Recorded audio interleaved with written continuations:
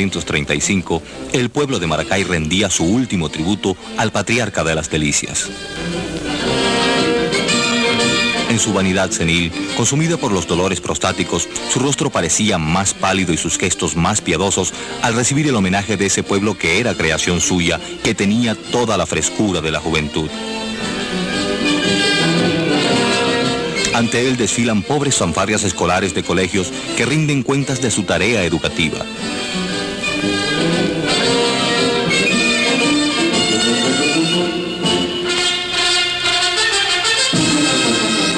Jóvenes muchachas de miradas seductoras y coquetas que desafían al destino. Obreros de sus fábricas, peones de sus haciendas y empleados de la construcción.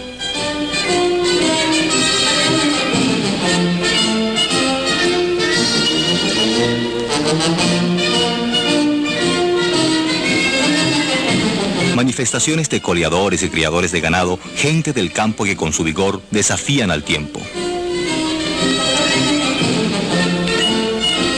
Pero al benemérito, al inmortal, al que no se casa ni se muere, se le había escapado el tiempo de las manos.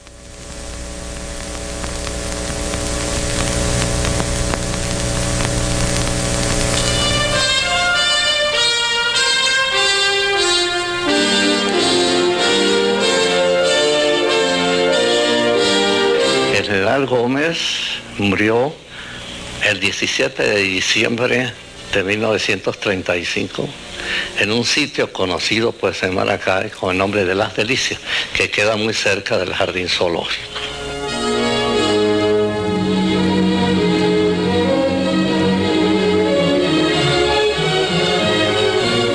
El general Gómez tenía un trastorno prostático y al mismo tiempo era diabético. Ese trastorno prostático se transformó en una cuestión de orden pues canceroso y afectó el páncreas.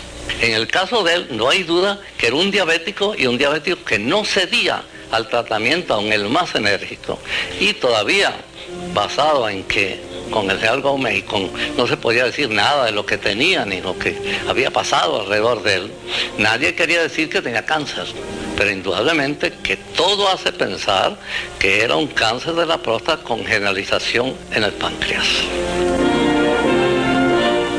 El 17 me esperan había dicho poco antes de morir, y el 17 entregó su alma a los 78 años de edad y 27 de poder absoluto entre sus hijos, sus hermanas y Dolores Amelia. Por una feliz coincidencia, murieron el mismo día el que libró a Venezuela y el que la tuvo Fuñía.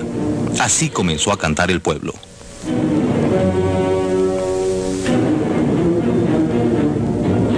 Aún debilitado por los años y su mal de próstata, resistió hasta el final. Tronco de hombre, hasta la muerte le costó tumbarlo, dijo su primo Eustoquio. En el lecho de muerte había rechazado a los sacerdotes. No, el cura no.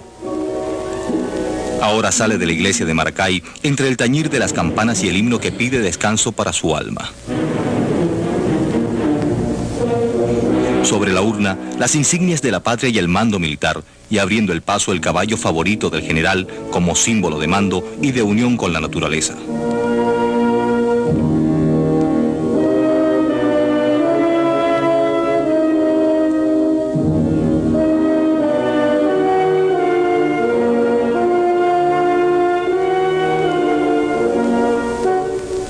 Va camino del mausoleo donde reposa la familia Gómez, cargado por 6 de sus hijos que se echan al hombro a su padre muerto.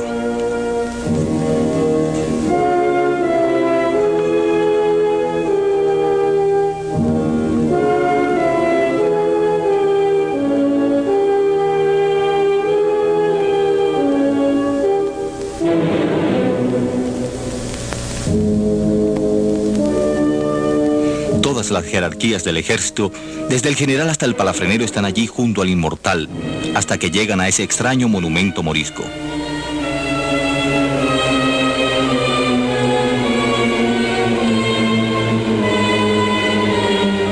Las tropas presentan armas. Y los diplomáticos, continuando el chismorreo del velorio, comentan la reacción de sus países ante la muerte del general.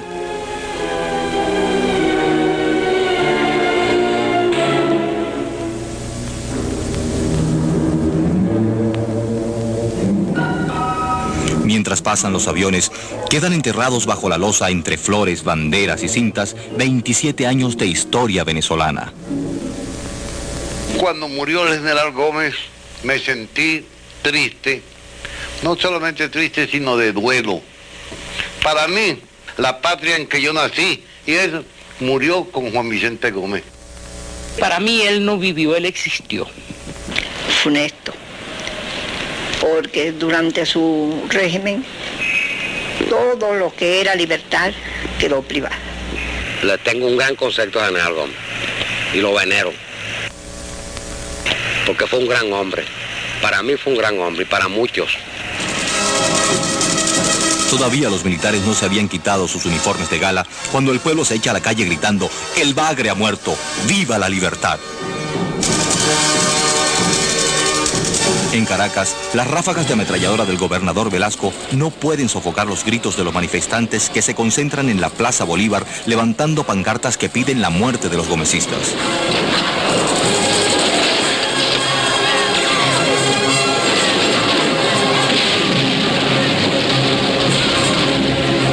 La protesta no queda en gritos. Violencia, destrucción y rapiña llenan las calles de Caracas. Gómez muere 1000 veces a manos de su pueblo. Sus cuadros y retratos son arrancados de las paredes y quemados. Las propiedades de los gomecistas destruidas. Pinturas, vajillas, candelabros, muebles, arden en las calles o son vendidos a precios irrisorios. El machete entra en acción arrancando hasta las ventanas de las casas. De todos los rincones de la ciudad surgen manifestaciones de hombres y mujeres que con grandes pancartas se dirigen hacia el centro pidiendo renovación y cambio. En medio de la anarquía aparecen oradores fogosos que animan al pueblo. Hay que empezar a construir desde los cimientos. Ha muerto un hombre, debe morir toda una época. En esos momentos, al pueblo que había perdido toda la memoria de lo que eran partidos políticos, le era imposible distinguir entre tres grandes huevos que se estaban incubando: un nacionalismo democrático, un socialismo marxista o una democracia burguesa. Por eso, aclamaban por igual a los líderes juveniles que a los veteranos que volvían del exilio, que al sucesor de Gómez, el general Eleazar López Contreras.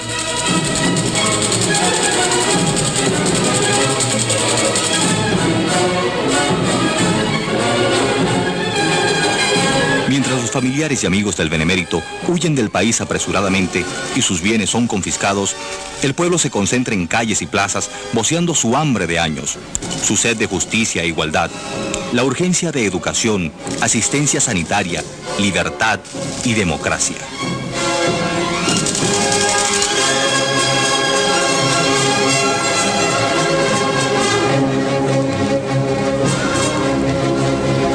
Y las muchedumbres se enrumban hacia Miraflores, donde desde 1936 se centran las esperanzas de los venezolanos.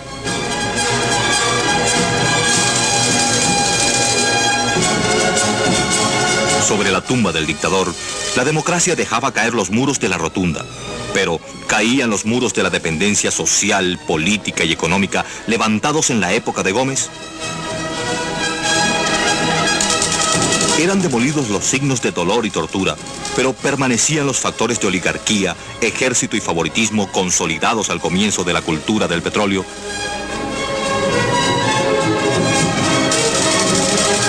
Toca a la historia contestar esta pregunta. ¿Era Gómez el final de una época o era Gómez el padre de la Venezuela moderna?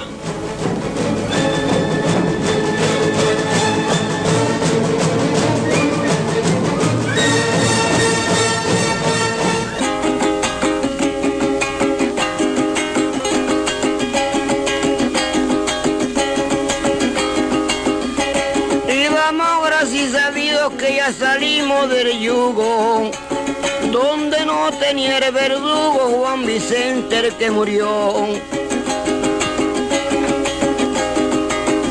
Y todo el mundo enguirió y varios de Venezuela, matando por donde quiera.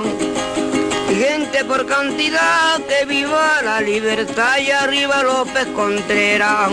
Que viva la libertad y arriba López Contreras.